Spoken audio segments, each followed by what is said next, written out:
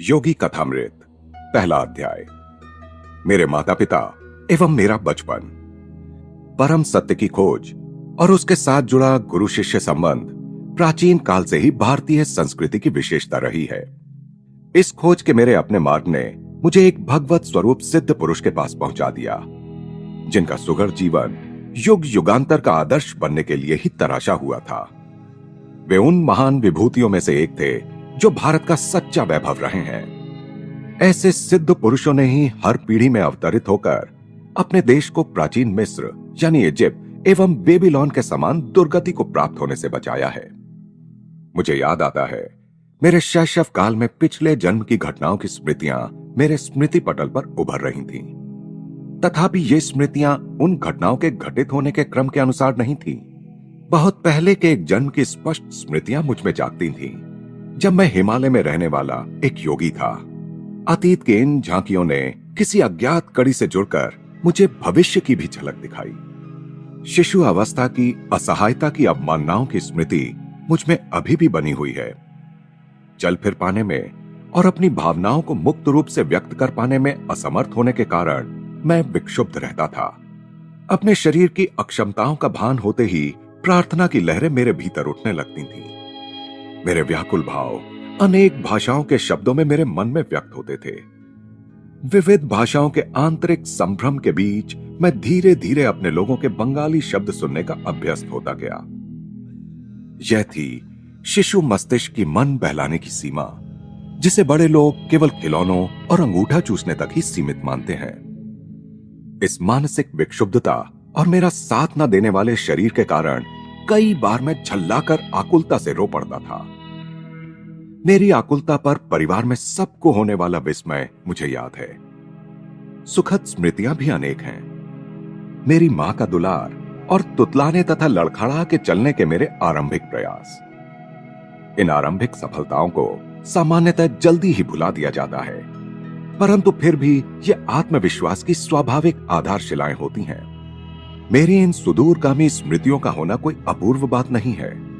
अनेक योगियों के विषय में ज्ञात है कि उन्होंने जन्म मृत्यु के नाटकीय अवस्था परिवर्तन में भी अपने आत्मबोध को बनाए रखा। यदि मनुष्य केवल शरीर होता तो निसंशय उसकी मृत्यु के साथ ही उसका अस्तित्व समाप्त हो जाता। किंतु यदि युग युगांतर से सिद्ध महात्माओं ने सत्य प्रतिपादित किया है, तो मानव मूलतः अशरीरी सर्वव्यापी आत्मा है। शैशवावस्था की सुस्पष्ट स्मृतियों का होना विलक्षण तो है, किंतु ऐसी घटनाएं अति दुर्लभ भी नहीं।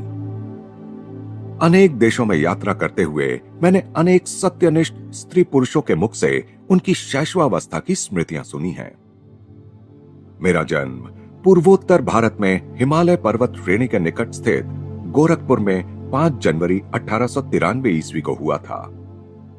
वहीं मेरे जीवन के पहले 8 वर्ष व्यतीत हुए थे।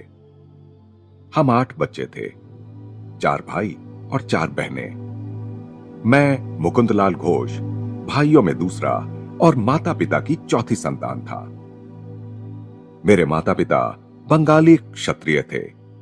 दोनों ही संत प्रकृति के थे। उनके शांत एवं शालीन दाम्पत्य प्रेम में कभी कोई अनर्थक व्यवहार व्यक्त नहीं हुआ। माता पिता के बीच आपसी सामंजस्य चारों ओर चलने वाले 8 नन्हे जीवों के कोलाहल का शांत केंद्र था। मेरे पिता श्री भगवती चरण घोष स्वभाव से दयालु, गंभीर और कभी कभी कठोर थे। उनसे अत्यंत प्यार करते हुए भी हम बच्चे उनसे आदर युक्त दूरी बनाए रखते थे। वे असाधारण गणितज्ञ और तर्कशास्त्र वेत्ता थे और मुख्यतः अपनी बुद्धि से ही काम लेते थे। किंतु मां तो स्नेह की देवी थी और हमें केवल प्रेम के द्वारा ही सिखाती थी। मां के देहांत के पश्चात पिताजी अपनी आंतरिक कोमलता अधिक स्पष्ट रूप से व्यक्त करने लगे। तब मैंने देखा कि उनकी आंखों में प्रायः मेरी मां की आंखों की झलक दिखाई पड़ती थी। मां के सानिध्य में हम बच्चों का बचपन में ही धर्म ग्रंथों के साथ कटु मधुर परिचय हो गया। अनुशासन की आवश्यकता पड़ने पर मां रामायण और महाभारत से प्रसंगोचित कहानियां हमें सुनाती थीं। ऐसे अवसरों पर डांट और शिक्षा दोनों ही साथ साथ चलते थे। पिताजी के प्रति आदर के प्रतीक स्वरूप कार्यालय से उनके घर आने पर उनका स्वागत करने के लिए शाम में मां हम बच्चों को कपड़े आदि पहनाकर ध्यानपूर्वक तैयार करती थी। पिताजी भारत की तत्कालीन बड़ी कंपनियों में से एक बंगाल नागपुर रेलवे यानी बीएनआर में उपाध्यक्ष यानी वाइस प्रेसिडेंट के समकक्ष पद पर कार्यरत थे। यात्रा उनके कार्य का एक हिस्सा थी। हमारा परिवार मेरे बाल्यकाल में अनेक शहरों में रहा। मां गरीबों की सहायता के लिए सदा तत्पर रहती थी। पिताजी भी इस मामले में करुणापूर्ण दृष्टिकोण रखते थे, परंतु अपनी आर्थिक सीमा के अंदर ही व्यय करना पसंद करते थे। एक बार 15 दिनों में मां ने गरीबों को खिलाने में पिताजी की मासिक आय से अधिक रकम खर्च कर दी। इस पर पिताजी ने मां से कहा, मैं तुमसे केवल इतना ही कहना चाहता हूं कि कृपा करके अपना दान धर्म उचित सीमा के अंदर करो। मां को अपने पति की यह सौम्य उलाहना भी व्यथाजनक लगी। बच्चों को किसी प्रकार के मतभेद का कोई आभास दिए बिना मां ने एक घोड़ा गाड़ी मंगवाई। नमस्कार, मैं अपने मायके जा रही हूं। प्राचीन धमकी। हम लोग चकित होकर विलाप करने लगे। उसी समय संयोगवश हमारे मामा वहां आ गए। उन्होंने पिताजी के कान में फुसफुसाकर धीरे से कोई परामर्श दिया। निसंशय सदियों से चला आ रहा कोई उपाय। पिताजी के कुछ संधिजनक स्पष्टीकरण के बाद मां ने खुशी खुशी घोड़ा गाड़ी लौटा दी। अपने माता पिता के बीच मेरे द्वारा देखे गए एकमात्र विवाद का इस प्रकार अंत हुआ। परंतु एक विशेष संवाद मुझे याद आता है। कृपया अभी अभी घर पर आई एक असहाय महिला को देने के लिए मुझे 10 रुपए दीजिए। मां की मुस्कुराहट में मनाने की अपनी एक शक्ति थी। 10 किस लिए? 1 रुपया काफी है। पिताजी ने इसके साथ एक औचित्य समर्थन भी जोड़ दिया। जब मेरे पिताजी और दादा दादी की अचानक मृत्यु हो गई, तब मैंने गरीबी को पहली बार अनुभव किया। मीलों चलकर स्कूल जाने से पहले मेरा नाश्ता होता था केवल एक छोटा केला। कॉलेज पहुंचने तक मेरी अवस्था इतनी बुरी हो गई कि मैंने एक धनी न्यायाधीश से मासिक 1 रुपए की सहायता के लिए प्रार्थना की। उसने यह कहते हुए मना कर दिया कि 1 रुपया भी मूल्यवान होता है। मां के हृदय से तत्काल तर्क उभरा, उस 1 रुपए के मना किए जाने की आपको कितनी कड़वी याद है? क्या आप चाहते हैं कि यह महिला भी आपके द्वारा इन 10 रुपयों को मना किए जाने की वैसी ही दुखद स्मृति अपने मन में रखे जिनकी उसे तीव्र आवश्यकता है? तुम जीती। पराभूत पति की सनातन भाव भंगिमा के साथ पिताजी ने अपना बटुआ खोला और कहा, यह लो 10 रुपए का नोट। उस महिला को यह मेरी शुभकामनाओं सहित दे दो। किसी भी नए प्रस्ताव पर पहले नहीं कह देना पिताजी का स्वभाव था। इतनी सहजता से मां की सहानुभूति जगाने वाली उस अपरिचिता के प्रति पिताजी का रवैया उनकी स्वभावगत सतर्कता का एक उदाहरण था। तत्क्षण कोई बात स्वीकार कर लेने में अनिच्छा वस्तुतः सोच विचार के बाद निर्णय के सिद्धांत का पालन मात्र है। मैंने सदा ही देखा कि पिताजी उचित और संतुलित निर्णय लेते थे। यदि मैं अपने अनेकानेक अनुरोधों के पक्ष में 1-2 अच्छे तर्क प्रस्तुत कर देता, तो वे सदा ही मेरी इच्छा पूरी कर देते, चाहे वह इच्छा छुट्टियों में भ्रमण यात्रा की हो या नई मोटरसाइकिल की। अपने बच्चों के बाल्यकाल में पिताजी अनुशासन में उनके साथ दृढ़ता बरतते थे, परंतु स्वयं किसी वैरागी की तरह सरल सात्विक जीवन व्यतीत करते थे। उदाहरणार्थ, वे कभी थिएटर नहीं गए, बल्कि विभिन्न आध्यात्मिक साधनाओं में और भगवत गीता पढ़ने में ही उन्हें आनंद आता था। उन्होंने सारे सुखोपभोगों का त्याग कर दिया था, यहां तक कि वे जूतों की एक जोड़ी का भी तब तक प्रयोग करते थे जब तक कि वह बिल्कुल ही प्रयोग न करने योग्य न हो जाए। मोटर कारें साधारण चलन में आ जाने के बाद उनके बेटों ने कारें खरीद ली, परंतु पिताजी प्रतिदिन अपने ऑफिस जाने के लिए ट्राम गाड़ी की सवारी में ही संतुष्ट रहे। सत्ता या वर्चस्व प्राप्त करने के लिए धन संचय करने में पिताजी को कोई रुचि नहीं थी। कोलकाता अर्बन बैंक का गठन करने के बाद स्वयं अपने लाभ के लिए उसके शेयर रखने से उन्होंने इनकार कर दिया। उनकी इच्छा तो अपने अतिरिक्त समय में केवल अपने नागरिक कर्तव्य का निर्वाह करने की थी। पिताजी के पेंशन लेकर सेवानिवृत्त होने के कई वर्षों बाद बंगाल नागपुर रेलवे के बही खातों की जांच करने के लिए इंग्लैंड से एक अकाउंटेंट महोदय भारत आए। विस्मित जांच अधिकारी ने देखा कि पिताजी ने उचित समय पर अदा न किए गए किसी बोनस के लिए कभी कोई आवेदन नहीं किया था। उन्होंने कंपनी को बताया, इन्होंने अकेले 3 आदमियों के बराबर काम किया है। पिछली क्षतिपूर्ति स्वरूप इनका 1,25,000 रुपया कंपनी से निकलता है। कंपनी के कोषाध्यक्ष ने उक्त रकम का चेक पिताजी को भेज दिया, पर मेरे पिताजी ने इस घटना को इतना नगण्य माना कि वे परिवार को इसकी सूचना देना भी भूल गए। बहुत बाद में मेरे सबसे छोटे भाई विष्णु ने बैंक द्वारा दिए गए विवरण में इतनी बड़ी धनराशि जमा देखकर पिताजी से इसके बारे में पूछा था। भौतिक लाभ में इतना उल्लसित क्यों हो? पिताजी ने कहा, संभाव को जिसने अपना लक्ष्य बना लिया हो वह ना तो किसी लाभ से उल्लसित होता है, ना ही किसी हानि से दुखी। वह जानता है कि मनुष्य इस संसार में खाली हाथ आता है और खाली हाथ ही जाता है। अपने वैवाहिक जीवन में पदार्पण करने के शीघ्र बाद ही मेरे माता पिता एक महान गुरु बनारस के लाहिड़ी महाशय के शिष्य हो गए। इस संपर्क से पिताजी के पहले से ही विरक्त स्वभाव को और बल मिला। मां ने एक बार मेरी सबसे बड़ी बहन रोमा को एक उल्लेखनीय बात बताई। तुम्हारे पिताजी और मैं संतान प्राप्ति के लिए वर्ष में मात्र एक बार पति पत्नी के रूप में साथ सोते हैं। पिताजी लाहिड़ी महाशय से अविनाश बाबू के माध्यम से मिले थे। अविनाश बाबू बंगाल नागपुर रेलवे के एक कर्मचारी थे। गोरखपुर में मेरे बचपन में अविनाश बाबू मुझे अनेक भारतीय संतों की मन को तल्लीन कर देने वाली कहानियां सुनाया करते थे। वे सदा अपने गुरु की श्रेष्ठतर महिमा के विषय में श्रद्धा पूर्वक कुछ न कुछ कहकर ही अपनी कहानी समाप्त करते थे। तुमने कभी सुना है किन असाधारण परिस्थितियों में तुम्हारे पिताजी लाहिड़ी महाशय के शिष्य बने थे? गर्मियों के मौसम में एक अलसाए दिन मैं और अविनाश बाबू मेरे घर के अहाते में बैठे थे। तब उन्होंने मेरी उत्सुकता जगाने वाला यह प्रश्न मुझसे किया। मैंने आशा भरी मुस्कुराहट के साथ ना में सिर हिलाया। तुम्हारे जन्म से कई वर्ष पहले मैंने अपने वरिष्ठ अधिकारी अर्थात तुम्हारे पिताजी से अपने गुरु का दर्शन करने बनारस जाने के लिए 1 सप्ताह की छुट्टी देने की याचना की, पर तुम्हारे पिताजी ने मेरी इच्छा का उपहास किया। उन्होंने कहा, क्या तुम धार्मिक कट्टरवादी बनना चाहते हो? यदि जीवन में आगे बढ़ना चाहते हो तो अपने काम पर ध्यान दो। झाड़ियों में से गुजरती एक पगडंडी से उस दिन उदास मन लिए मैं घर जा रहा था कि पालकी पर सवार तुम्हारे पिताजी से मेरी मुलाकात हो गई। उन्होंने पालकी और नौकरों को विदा कर दिया और मेरे साथ चलने लगे। मुझे सांत्वना देने के लिए वे सांसारिक सफलता के लिए प्रयास करने के लाभ मुझे समझाने लगे, पर मैं उनकी बातें बेमन होकर सुन रहा था। मेरा हृदय बार बार यही पुकार रहा था, लाहिड़ी महाशय, मैं आपके दर्शन के बिना जी नहीं सकता। हम लोग चलते चलते एक सुनसान मैदान के किनारे पहुंच गए, जहां सांध्यकालीन सूर्य की किरणें लहराती ऊंची जंगली घास पर चमक रही थी। हम लोग उस मनोरम दृश्य को देखने के लिए रुक गए। वहां उस मैदान में हमसे कुछ ही गज की दूरी पर मेरे महान गुरु अकस्मात प्रकट हो गए।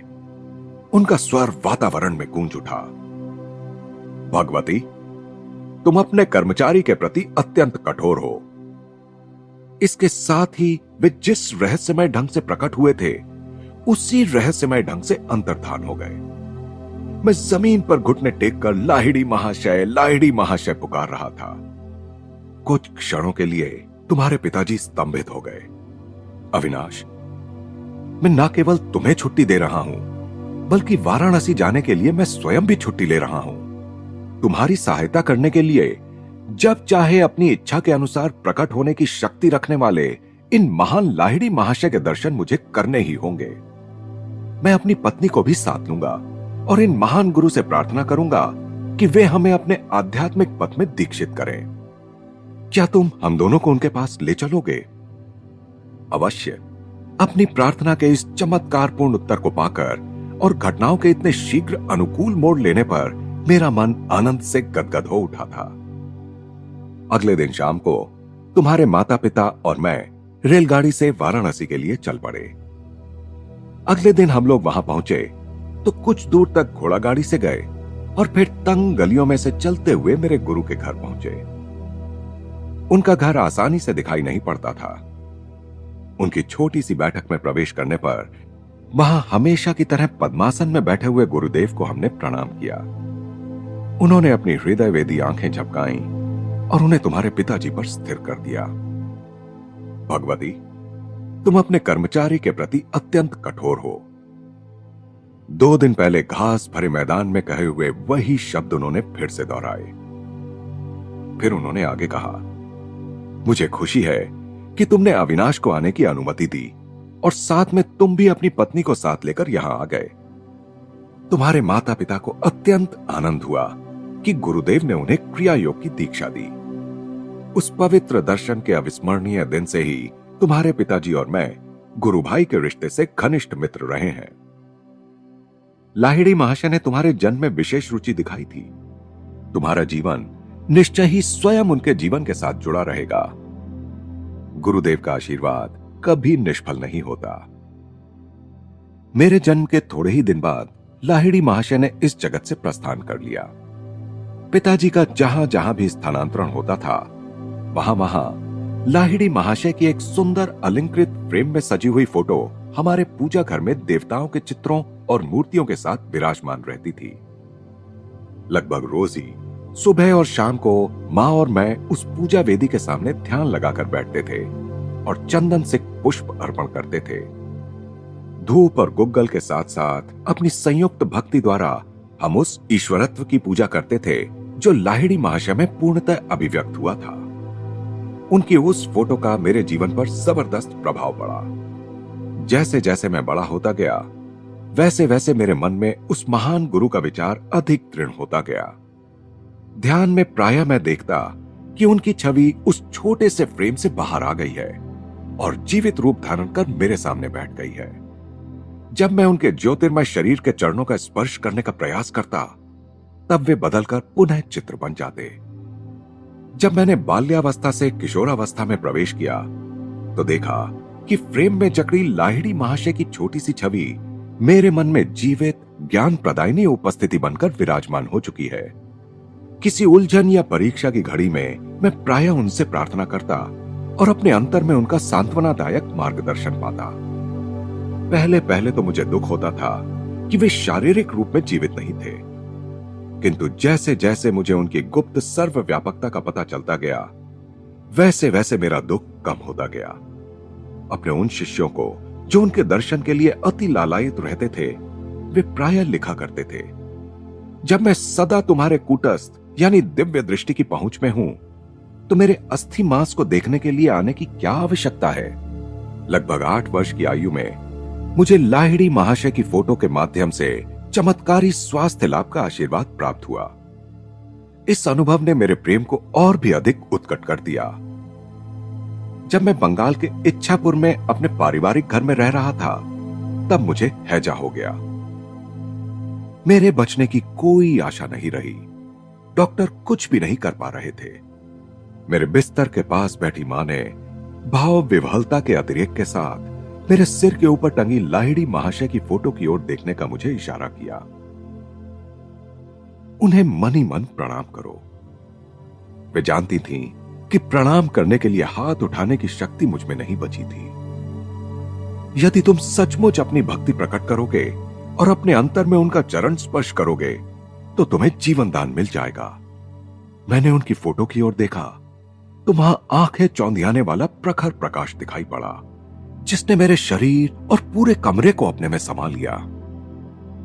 मेरी मिचलाहट और अन्य अनियंत्रणीय लक्षण समाप्त हो गए। मैं स्वस्थ हो गया। तत्क्षण ही मुझ में इतनी शक्ति आ गई कि अपने गुरु में अपार श्रद्धा रखने वाली मां का मैंने झुककर चरण स्पर्श किया। मां बार बार उस छोटी सी फोटो पर अपना माथा टेक रही थी। हे सर्वव्यापी गुरुदेव, मैं आपकी कृतज्ञ हूं कि आपके आलोक ने मेरे पुत्र को अच्छा कर दिया। मैं समझ गया कि उन्होंने भी उस तेजोमय ज्योति का दर्शन किया था, जिसकी महिमा से मैं उस साधारणतया प्राण घातक साबित होने वाली बीमारी से एकाएक अच्छा हो गया था। मेरे पास जो कुछ भी अनमोल चीजें हैं, उनमें एक वह फोटो भी है। स्वयं लाहिड़ी महाशय द्वारा पिताजी को दी गई यह फोटो एक पवित्र स्पंदन से युक्त है। इस फोटो के पीछे भी एक चमत्कारिक कहानी है। मैंने यह कहानी पिताजी के गुरु भाई काली कुमार राय से सुनी थी।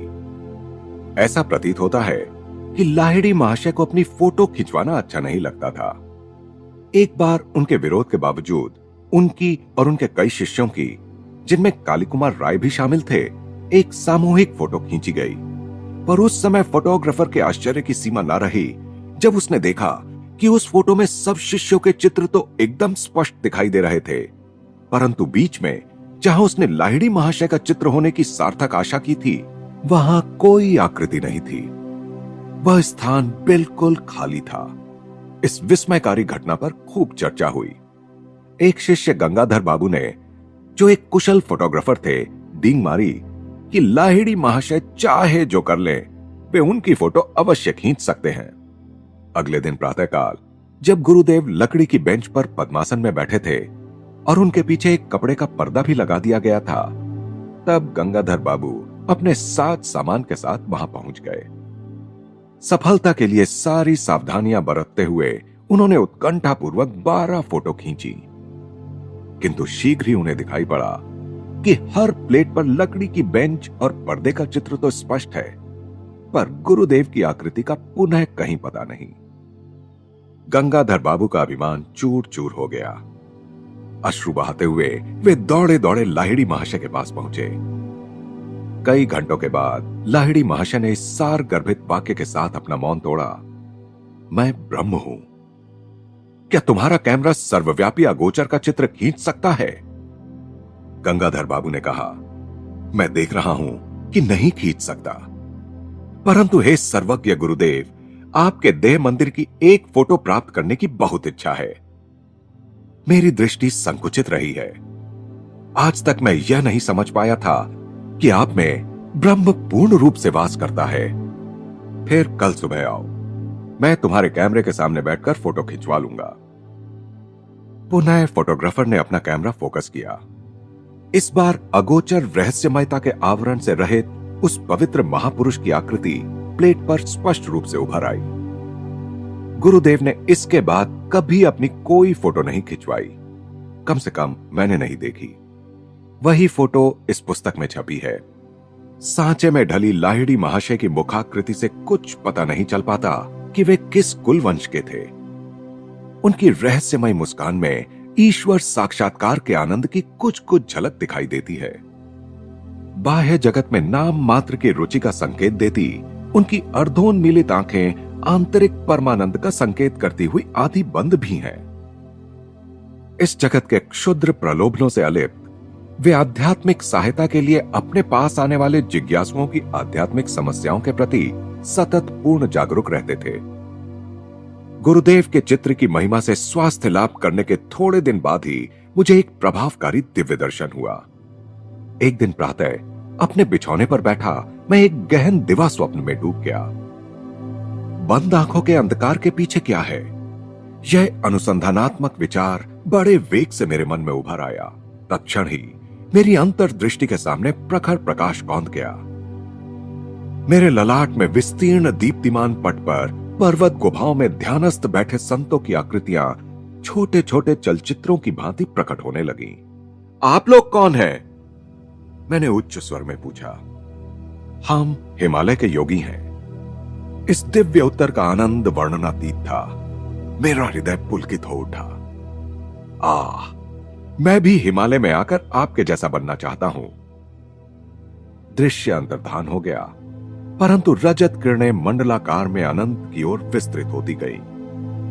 यह अद्भुत आलोक क्या है? मैं ईश्वर हूं, मैं प्रकाश हूं। यह ध्वनि बादलों की सौम्य बुदबुदाहट जैसी थी। मैं आपके साथ एकाकार होना चाहता हूं। यद्यपि वह ईश्वरीय आनंद क्रमशः क्षीण होता गया, पर उससे मैं ब्रह्म की स्थायी खोज की विरासत प्राप्त करने में सफल हुआ। ईश्वर शाश्वत नित्य नवीन आनंद है। यह स्मृति मेरे हृदय पटल पर इस अनुभव के बाद लंबे समय तक बनी रही। बचपन की एक अन्य स्मृति असाधारण है और उल्लेखनीय भी है, क्योंकि उसका चिन्ह आज भी मेरे हाथ पर है। एक दिन प्रातः समय मैं और मेरी बड़ी बहन उमा अपने गोरखपुर के घर के अहाते में नीम के पेड़ के नीचे बैठे थे। आसपास के तोतों को नीम के पके फल खाते में निहार रहा था और बीच में जो समय मिलता उसमें उमा दीदी मुझे बंगाली की पहली पुस्तक पढ़ने में मदद कर रही थी। उमा दीदी ने अपने पैर पर फोड़ा होने की बात बताई और वो उस पर लगाने के लिए मरहम की एक डिबिया ले आई। मैंने उसमें से थोड़ा मरहम लेकर अपने हाथ पर लगा लिया। तुम निरोग हाथ पर मरहम क्यों लगा रहे हो? बात ऐसी है दीदी, मुझे लग रहा है कि कल मुझे यहां फोड़ा होने वाला है। चल, झूठा कहीं का। दीदी, जब तक तुम कल सुबह क्या होता है यह देख नहीं लेती, तब तक मुझे झूठा नहीं कह सकती। मुझे क्रोध आ गया। उमा पर उसका कोई असर नहीं पड़ा और उसने 3 बार अपने व्यंग्य को दोहराया। एक दृढ़ निश्चय मेरी आवाज में ध्वनित होने लगा जब मैंने धीरे धीरे कहना शुरू किया। मैं अपनी इच्छा शक्ति के बल के साथ कहता हूं कि कल मेरे हाथ पर इसी जगह काफी बड़ा फोड़ा निकल आएगा और तुम्हारा फोड़ा सूजकर दुगना हो जाएगा। सुबह मेरे हाथ पर एक बहुत बड़ा फोड़ा निकल आया और उमा का फोड़ा आकार में दुगना हो गया। मेरी बहन चीखती हुई मां के पास भागी। मां, मुकुंद जादू टोना करना सीख गया है। मां ने गंभीर होकर मुझसे कहा कि हानि करने के लिए मैं शब्द शक्ति का प्रयोग कभी ना करूं। मैंने मां का वह उपदेश सदा ही याद रखा है और उसका पालन किया है। मेरे फोड़े का इलाज चीरे से हुआ। डॉक्टर के चीरे से बना चिन्ह आज भी मौजूद है। मेरे दाहिने हाथ पर मनुष्य के शब्द की शक्ति का नित्य स्मरण दिलाता हुआ यह चिन्ह स्मारक के रूप में विद्यमान है। गहरी एकाग्रता के साथ उमा को कहे गए उन साधारण एवं प्रकटतः हानि रहित प्रतीत होने वाले शब्दों में बम के सदृश विस्फोट कर निश्चित परिणाम उत्पन्न करने की, यद्यपि परिणाम हानिकर थे, पर्याप्त शक्ति निहित थी।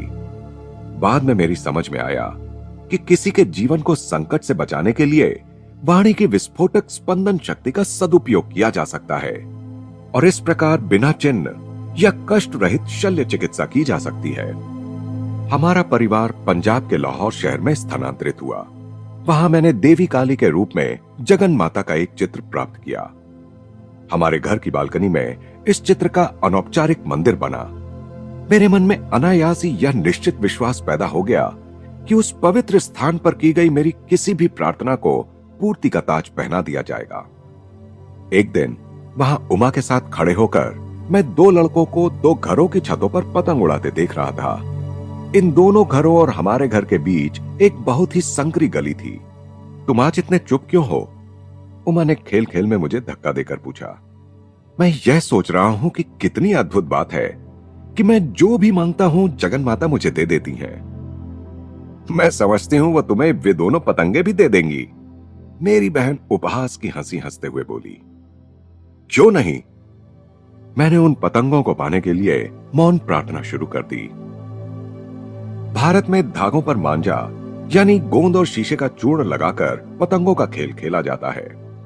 प्रत्येक पतंग उड़ाने वाला अपने प्रतिद्वंद्वी की पतंग काटने का प्रयास करता है। कटी हुई पतंग छतों के ऊपर से जाती है, तब उसे पकड़ने में बड़ा मजा आता है।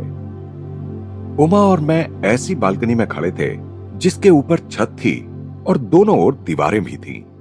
इसलिए किसी कटी पतंग का हमारे हाथ आना असंभव प्रतीत होता था, क्योंकि स्वाभाविक तौर पर उसका धागा छत के ऊपर ही लटकता हुआ आगे निकल जाता।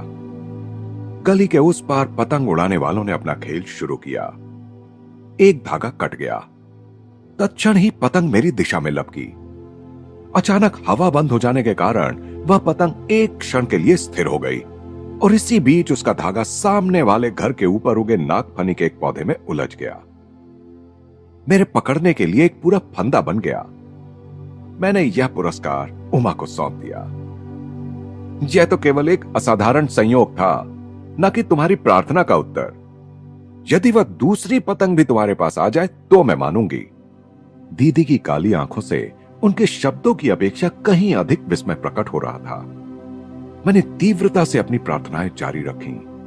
उस दूसरे पतंग उड़ाने वाले के जोर से झटका मारने के कारण उसका धागा भी टूट गया।